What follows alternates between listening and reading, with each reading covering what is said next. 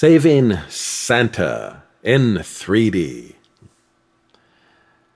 Now, although there is some variety in how the stereo is created with this movie, the most typical shot here uses what I like to refer to as license plate 3D. And what that is the background is flat and select elements are pushed or bubbled out, like letters stamped on a metal plate. The background is not merely shallow, but it is a solid matte that is so close it cuts characters in half. This depth wall starts at their ears, usually. Now, this 3D technique is usually found in the cheapest auto-converted 3D movies. However, to this movie's credit, it is applied about as well as it can be. The seams are clean and there's no warping around the 3D elements. Now, of course, that can't be too difficult to accomplish if you're not providing any background behind the characters.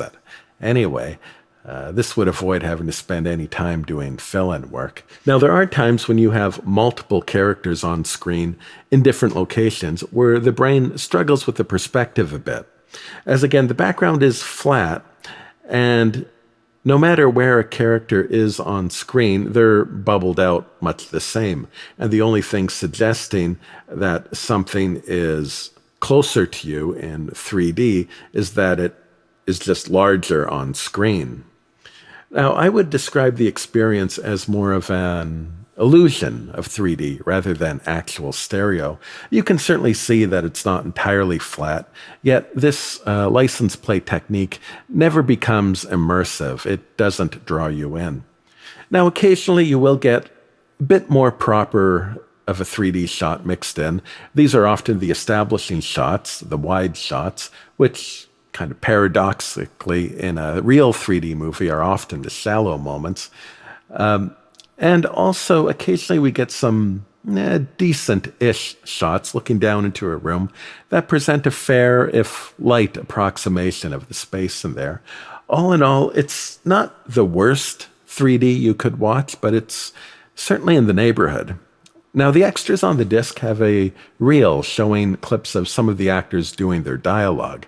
And if I interpreted what I was watching correctly, then the voices were recorded post-production, ADR style, which must have been an unhappy nightmare to get right. Although, like the 3D, the result is acceptable, though has very obvious imperfections. Tim Curry has an excellent villain voice. He has a way of working inflections like a magician playing card tricks. He had a stroke about a year before this movie came out, so I'm guessing this was among his first acting roles post-recovery. This was at a time when his condition was still a secret, which likely explains his absence from the behind-the-scenes reels. He's paired with Joan Collins, and the two have actually a great combined demeanor. It's also one of the final performances done by Tim Conway, and his portrayal of Santa was perhaps a little too understated for my tastes. This Santa sounds more like the local bank's loan officer than a jolly flying present machine. Story-wise, I don't think it spoils anything to reveal it's a clever enough time travel tale. It gets more interesting as it goes along. We are frequently revisiting the same things from a different perspective, which is fun. It felt a little like a video game at times in that manner. In fact, I thought it would make an interesting video game if there was some way to mimic interacting with your future actions. Perhaps a future AI model will be able to predict your actions accurately enough to approximate a time travel game. I think that would be interesting.